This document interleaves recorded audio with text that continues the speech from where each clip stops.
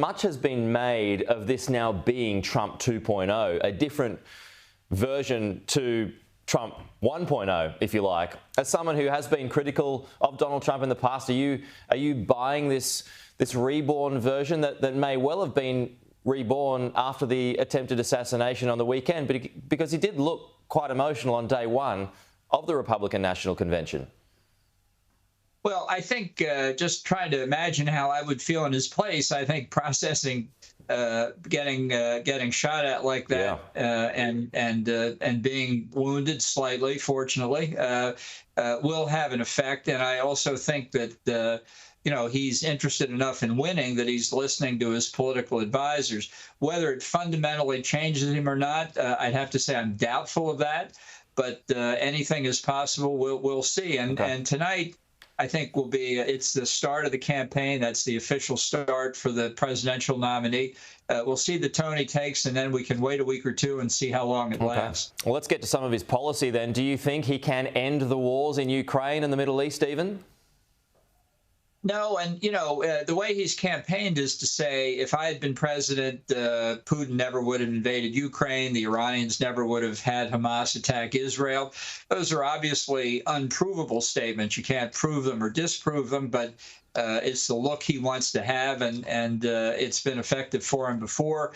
I don't anticipate a policy-heavy speech at the convention. I think it will be assertions of what the world would be different if he were there. He said in 2016, I think his most famous line, talking about the problems America faced, he said, "Only I can solve them," which is an interesting approach. I think we'll see more of that tonight. Okay. John, with J.D. Vance on the ticket now too, will they become more, or will America become more isolationist, which is a fear for allies in Europe, not to mention here in Australia as well? Well, it's very interesting. In J.D. Vance's acceptance speech, accepting the nomination, he didn't mention Ukraine.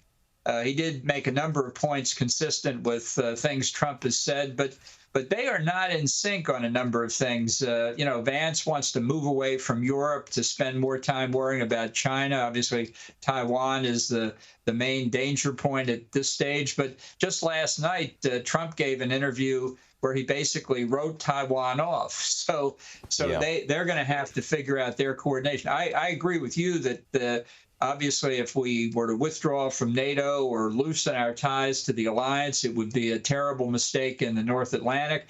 But it would have a negative effect in Asia as well, because our friends out there would say, good grief, if the United States won't stick with the most successful politico-military alliance in history, what are they going to do with our alliance if things get tough out here? John, let's close out on Joe Biden. Can he stay in the race? I've known him for a long time. He's a stubborn man, and he fought hard to get to the White House, and I think he and his wife want to stay. But I think the Democrats now face a choice between certain defeat with Biden at the head of their ticket or likely defeat if they try and switch. And so my guess as of today would be that they try and move past Biden. We'll know, I think, within days. This, from their point of view, the Democratic Party's point of view, they cannot let this go on much longer.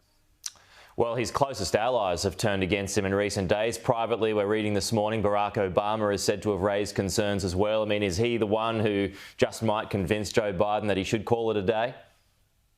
Well, I think it will be how Biden's close inner circle reacts to it. But we hear about Nancy Pelosi, Chuck Schumer, a number of others coming to the fore. I think they can see the handwriting on the wall politically.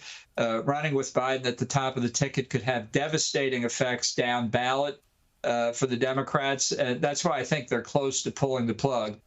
Okay. John Bolton, good to have you with us as always this morning. Thank you so much.